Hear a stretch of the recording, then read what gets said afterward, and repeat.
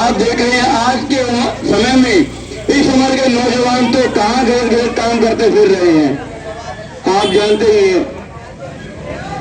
तो आज के समय में ऐसे युवाओं को ऐसी क्या पड़ी है कि ये आज भगवान की याद में इतने मगन हैं, इनको क्या मिल गया है। तो प्यारे भाइयों बहनों, आज जो हमारे चेहरे पर आप खुशी देख रहे हैं वो सब भगवान की देन है और उनका एक बहुत ही दिव्य संदेश आप सभी के गांव में लेकर के आए हैं, आप सभी के लिए। आप ये न सोचें कौन है, कहां से आए हैं, आप ये सोचे कि आपका बेटा आपसे बात कर रहा है, आपका भाई आपसे बात कर रहा है, आपका दोस्त आपसे बात करने आया है। आज हम दूर दूर से पूरे भारत का, कश्मीर से कन्याकुमारी तक चक्कर लगाने के बाद आपके यहाँ जेवर में पहुंचे हैं भाइयों बहनों, आप सभी से मिलने के लिए, ताकि एक सत्य ज्ञान जिससे आज वंचित है पूरा संसार, वो मिस ना हो जाए, वो आप कहीं उससे वंचित ना रह जाए। क्योंकि कहते हैं कि जब भगवान भाग्य बांट रहा था तो ये मनुष्य तो कहाँ सो रहा था, तेरे को पता नहीं चला क्या। इसीलिए भगवान का वो दिव्य संदेश लेकर के आप सभी के गांव में हम आज पहुंचे हैं। भाइयों बहनों, हम जिस संस्था के माध्यम से पहुंचे हैं उसका नाम है प्रजापिता ब्रह्मा कुमारी ईश्वरीय विश्वविद्यालय। ये एक ऐसी अनोखी संस्था है जिसकी शाखाएं 140 से भी ज्यादा देशों में है। जी हाँ प्यारे भाइयों बहनों, एक बहुत बड़े इंटरनेशनल ऑर्गेनाइजेशन हम यहाँ पहुंचे हैं। और आप सभी आप ये देख रहे हैं गाड़ी के पास कुछ चित्र भी हमने आपको लगा दिए हैं, क्योंकि आज जो आपको बात बताने वाले हैं हम, इसे बड़े बड़े ऋषि मुनि योगी तपस्वी आचार्य विद्वान डॉक्टर इंजीनियर साइंटिस्ट फिरोजपुर नहीं जान पाए हैं। वो सहज गुप्त दिव्य ज्ञान आपको सहज हिंदी भाषा में समझाने के लिए हम आपके पास पहुंचे हैं आपके लिए। तो अभी हम अनुरोध करेंगे, हमारे बीच में कृष्णा जी आए हैं, आपको इन चित्रों के माध्यम से स्वयं की पहचान देंगे कि हम वास्तव में है कौन, कहां से आए हैं। कभी माताओं आपने सोचा है हम कौन है, कहां से आए हैं और धरती पर क्यों कह रहे हैं, किसी ने नहीं बताया आज तक। और वास्तविक स्वरूप क्या है, हम अपने आप को भी आज भूले हुए हैं। जिस प्रकार एक अंधेरे में भटका हुआ मनुष्य अपनी मंजिल तक नहीं पहुंच सकता, उसी प्रकार भाइयों बहनों अज्ञान अंधेरे में भटका हुआ मनुष्य भी परमात्मा की प्राप्ति नहीं कर सकता है। तो इसीलिए आज आपको स्वयं की पहचान देने के लिए स्वयं राजयोगी ब्रह्मा कुमार कृष्णा जी पहुंचे हैं। तो आइए सुनते हैं उनके मुखारबिंद से। जैसे आप ये गाड़ी देख रहे हो, गाड़ी में ड्राइवर के बिना ये गाड़ी क्या अपने आप चल सकती है? सोच के बताओ, नहीं चलेगी। इसी प्रकार, और मैं इसको क्या कहूंगा, ये मेरी गाड़ी है। क्या कहूंगा मैं बच्चों, ये मेरी गाड़ी है। क्या मैं ये कह सकता हूँ कि मैं गाड़ी हूं? नहीं, मेरी माना गाड़ी अलग है, मैं अलग हूँ। उसी प्रकार बचपन से लेके आज तक, चाहे आज 80 साल की उम्र हो गई हो हमारी, हम क्या कहते आए हैं, ये मेरा हाथ है, ये मेरे कान है, मेरा सर, मेरा ये शरीर। तो ये शरीर को मेरा कहने वाली शक्ति कौन? हम एक दिव्य ज्योति आत्मा है, जहाँ पर माता जी ने बिंदी लगा रखी है, सभी भाई तिलक लगाते हैं। बड़े बड़े ऋषि मुनि आचार्य विद्वान पंडित जी से आप पूछ के देखो कि हम यहाँ तिलक क्यों लगाते हैं, कहेंगे परंपरा से चला आ रहा है, परंतु वास्तविक सत्य उनको नहीं मालूम। तो वास्तविक सत्य भगवान आकर के बताते हैं कि यहाँ पर 2.5 इंच अंदर 1.5 इंच नीचे इंटरसेक्शन पॉइंट पे हमारा निवास स्थान है, जो कि हम अजर अमर अविनाशी सत्ता आत्मा हैं। और प्यारे भाइयों बहनों, हम अपनी शक्तियों को ही भूल गए हैं। आप देखेंगे एक बार की बात है, एक शेर का बच्चा था छोटा सा, और वो बकरियों के झुंड में मिक्स हो गया, उसके माता पिता से वो दूर हो गया। तो बचपन से लेके बकरियों के साथ रहने में उसने क्या किया, वो घास खाना शुरू कर दिया। अब एक बार की बात है, 4 साल बाद उसके ऊपर किसी और शेर ने उन बकरियों के झुंड पर अटैक किया। अब जब अटैक किया तो वो भी बकरियों की तरफ भागने लगा, अरे मैं मुझे मत मारो, मुझे मत मारो, मैं मर जाऊंगा, मर जाऊंगा। अब वो जो दूसरा शेर था वो देख करके बहुत हैरान कि क्या बात है, ये तो शेर है इतना हट्टा कट्टा, पर लेकिन ये डर रहा है।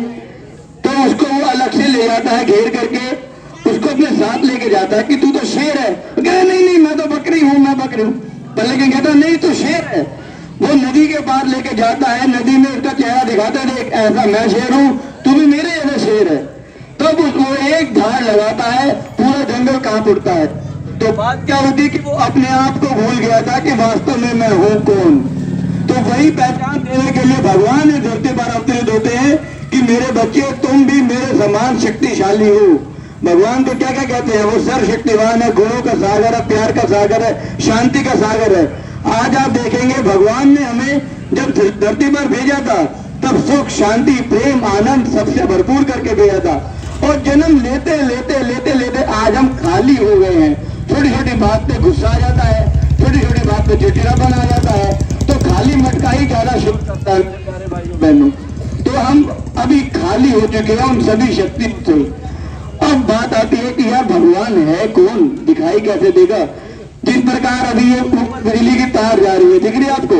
इसके अंदर करंट जा रहा है। करंट किसी ने देखा है क्या? नहीं, लेकिन हाथ लगाओगे तो महसूस होगा। अभी हवाएं चल रही है यहाँ पर, हवा तो किसी ने देखा है क्या प्यारे भाइयों? नहीं, लेकिन हवा को महसूस हर कोई कर सकता है। उसी प्रकार फूलों में खुशबू होती है, देख नहीं सकते, महसूस कर सकते हैं। उसी प्रकार आत्मा को भी, अपने स्वरूप को हम महसूस कर सकते हैं, इन आंखों द्वारा नहीं देख सकते।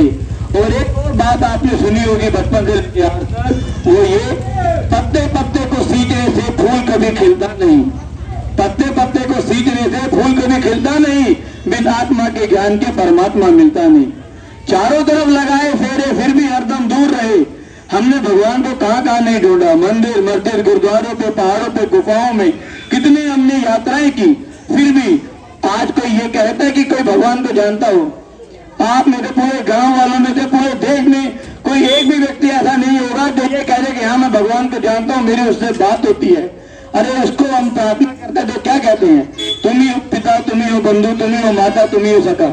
अरे जब वो हमारा माता पिता है, बंधु सखा है, तो फिर तो उससे बात भी होनी चाहिए। पर लेकिन वो भगवान है और हम इंसान पर, यही कहानी हमारी खत्म हो चुकी है। परंतु हमारा उससे रिश्ता है, उस रिश्ते से बात करनी है, वो किसी ने आज तक सिखाया ही नहीं। अगर आपके बच्चे को जरा सा बुखार हो जाए तो माँ बाप कितने बेचैन हो जाते हैं कि यार मेरे बच्चे को बुखार हो गया, इसको डॉक्टर को दिखाओ, इसको ये इलाज करो। परंतु जब आज पूरे संसार में सारे मनुष्य दुखी हैं, परेशान हैं, तो क्या उसके सीने में दिल नहीं है क्या? भगवान के दिल में क्या वो आराम से बैठ के तमाशा देख रहा होगा? नहीं मेरे प्यारे भाइयों बहनों, आज वो समय आ गया है जहाँ घर घर में दुख, अशांति है, कलह कलेश है। आज हर कोई दुखी है, चाहे वो अमीर हो, चाहे वो गरीब हो, चाहे वो नेता हो, अभिनेता हो, डॉक्टर हो, साइंटिस्ट हो, कोई भी हो। आज सभी के घरों में कुछ ना कुछ कहीं ना कहीं नफरत है, टकरार है। आज प्यार की बहुत कमी रह गई है दोस्तों। तो आज के समय में हमें क्या चाहिए? आज के समय में हमें क्या चाहिए? कोई बता सकता है? हम तो भगवान से मांगते हैं, हे भगवान मेरे को गाड़ी दे दो, मेरे पड़ोसी के पास भी गाड़ी है। हे भगवान मेरे को एक पैसा दे दो। हम भगवान से मांग हो रहे हैं जो नश्वर चीजें हैं, जो हम कभी अपने साथ में लेके नहीं जाएंगे। इंसान सारी उम्र भागता रहता है किस चीज के लिए? नश्वर चीजों के लिए। हाय ये मेरा, ये मेरा, ये प्लॉट मेरा, ये घर मेरा, ये बीवी मेरी, ये बच्चे मेरे। जब साथ में जाता है वापस तो हाथ में कुछ नहीं होता, खाली हाथ जाता है। ये समझता ही नहीं है। जीता ऐसे है कि कभी मरेगा नहीं, अगले पल का उसको भरोसा नहीं। किसी ने यहाँ पे रजिस्ट्री निकला रखी है दोस्तों कि मैं यहाँ 100 साल जीऊंगा ही जीऊंगा या 50 साल भी जीऊंगा। अगले क्षण का भी किसी का कोई भरोसा नहीं है, किसी की रजिस्ट्री नहीं हो रखी यहाँ पे। परंतु आज हम भेड़ चाल चले जा रहे हैं। अभी देखा ना यहाँ पे 4 बार भेड़ चली गई, एक के पीछे एक सारी चली गई। और हम भी वही काम कर रहे हैं। कभी अपने दिमाग का ढक्कन हमने खोला नहीं कि हम क्यों कर रहे हैं, धरती पर आए क्यों है, करना क्या है, किसी ने बताया ही नहीं। बस किससे कहानियां सुनते आए, भागवत की कथा सुन ली, शिव पुराण सुन ली, सुन लिया, परंतु हमने हमारे जीवन में फायदा क्या हुआ वो हमारे को नहीं मालूम। बस वही झोली झाड़ते हैं, सत्यवचन महाराज करके अपने घर आ जाते हैं, फिर वही काम धंधे में लग जाते हैं और जिंदगी पूरी हो जाती है। कहते हैं बचपन खेल में खोया, जवानी नींद भर सोया और आया बुढ़ापा देख के रहे, हाय रे मैंने तो कुछ किया नहीं, हे भगवान मैंने तो कुछ किया नहीं। उस समय जब धर्मराज का स्वरूप सामने आता है तो इतनी यात्राएं होती हैं, पर बात मत पूछो। तो कहते हैं मनुष्य जीवन सबसे अनमोल है। सभी योनियों में सबसे ज्यादा समझदार कौन है? छोटे छोटे बच्चे ही बता देंगे कि मनुष्य। परंतु आज एक पशु चैन की नींद सो रहा है, पशु भी चैन की नींद सो रहा है, मनुष्य चैन की नींद नहीं सो रहा है। पशु को न कल की चिंता है न काल की चिंता है, और आज मनुष्य देख लो, चाहे छोटे बच्चे हो, चाहे वो बूढ़े हो, चाहे समझदार हो, किसी भी वर्ग का प्राणी हो, आज वो टेंशन में ही सो रहा है। तो ऐसा क्यों है मेरे दोस्तों? हमारा जीवन तो पशुओं से ही बेकार होता जा रहा है यदि वास्तविकता आप सोचो तो। बुरा मानने वाली कोई बात नहीं है, परंतु सच्चाई है, सच्चाई थोड़ी सी कड़वी होती है दोस्तों। तो आज के समय में जब ऐसा समय आता है कि सभी मनुष्य, सभी धर्मों के लोग दुखी होते हैं, परेशान होते हैं, तो भगवान की धरती पर आना ही पड़ता है। एक बार की कहानी है दोस्तों। एक बार एक राजा जो है सवेरे सवेरे टहलने चल पड़ा। जब राजा टहल रहा था, उसके साथ मंत्री थे, सैनिक थे, सेनापति भी थे।